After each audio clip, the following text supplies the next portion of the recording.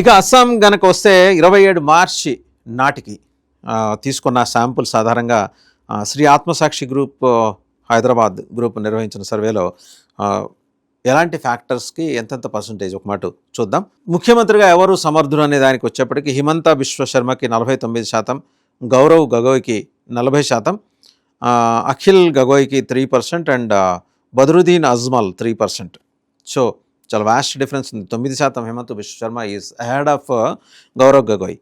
అలాగే ఏ party alliance ఎక్కువ vote పడే అవకాశాలు ఉన్నాయంటే ఇండియన్ నేషనల్ కాంగ్రెస్ అలయన్స్కి 37%, ఎన్డీఏ అలయన్స్కి 43%. ఇక్కడ 6% NDA is head of INC alliance అనేది. సో మిగిలినవి పెద్దగా పరిగణలోకి తీసుకోవాల్సిన అంశాలు కాదు. And present government welfare schemes మీద, మిగిలిన పథకాల మీద ఎలా ప్రజలు రెస్పాండ్ అవుతున్నారు, సాటిస్ఫైడ్గా ఉన్నారంటే ఎస్ సాటిస్ఫైడ్ అనేవాళ్ళు 40%, satisfied up to certain extent 20% and completely dissatisfied 32% కనిపిస్తుంది. అండ్ అలాగే ఏ పార్టీ అలయన్స్ ఎక్కువ అస్సాం డెవలప్మెంట్ కట్టుబడిందంటే కాంగ్రెస్ అలయన్స్కు 40% ఉంటే ఎన్డీఏ అలయన్స్కి 46%. సో ఇక్కడ కూడా 6% ahead NDA. And A factors ఎక్కువ ఓటింగ్ని ప్రభావితం చేస్తాయంటే unemployment 17%, illegal immigration 6%. So BJP ఎక్కువ ప్రాపగేట్ చేస్తూ వస్తున్న ఇల్లీగల్ ఇమిగ్రేషన్ పెద్దగా ప్రభావం చూపించే అవకాశం లేదు. ఇక్కడ 6% అనే వస్తుంది. ప్రైస్ రైస్ 11% ఉంది. ల్యాక్ ఆఫ్ ఇండస్ట్రియల్ డెవలప్మెంట్ 10% ఉంది. కరప్షన్ 12% ఉంది. ఇక overall performance of the Assam government during 2021 and 2026 కనుక చూస్తే గుడ్ అనేవాళ్ళు 45%, యావరేజ్ పర్లేదు అనేవాళ్ళు 17%, పూర్ అనేవాళ్ళు 33%. సో వ్యతిరేకత కూడా స్పష్టంగా కనిపిస్తుంది.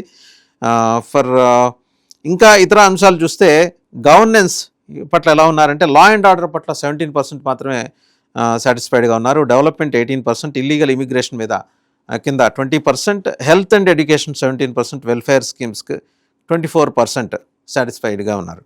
అంటే పాస్ మార్కులు అయితే ఈ 5 అంశాల్లో 5 అంశాల్లో అయితే ప్రభుత్వానికి రాలేదనేది స్పష్టంగా గమనిస్తున్నాం. ఇంకా ఓట్ షేర్కి వస్తే కనుక టోటల్ అసెంబ్లీ కాన్స్టిట్యున్సీస్ అస్సాంలో 126 మాత్రం 126 ఉన్నాయి. 27వ తేదీ మార్చి నాటికి NDA alliance 45% vote share secure చేసుకుంటుంది. కాంగ్రెస్ అలయన్స్ 40%, పర్లేదు పికప్ అయింది. 5% తేడా ఉన్నప్పటికీ కాంగ్రెస్ పార్టీ. అదర్స్ 7.5%. ఈ అదర్స్లో బహుశా ఎంఐఎం కూడా ఉండొచ్చు.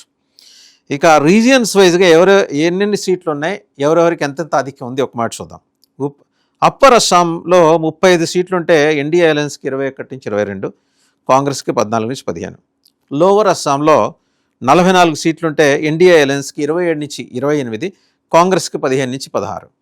ఇక సెంట్రల్ అస్సాంలో 19 సీట్లుంటే 13 నుంచి 14 ఎన్డీఏ అలయన్స్, అలాగే కాంగ్రెస్ అలయన్స్ 6 నుంచి 7.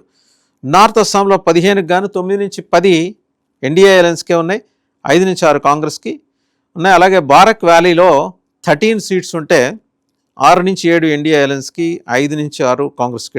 కాంగ్రెస్ అలయన్స్ టఫ్ ఫైట్ ఇస్తుంది. టోటల్ 126లో బీజేపీ అలయన్స్కి, అదే ఎన్డీఏ అలయన్స్కి 76 నుంచి 81 సీట్లు అండ్ అలాగే కాంగ్రెస్కి 45 నుంచి 50. గట్టి అపోజిషన్ ఇక్కడ ఫామ్ కాబోతోంది. ఇది అస్సాంకి సంబంధించిన చిత్రం.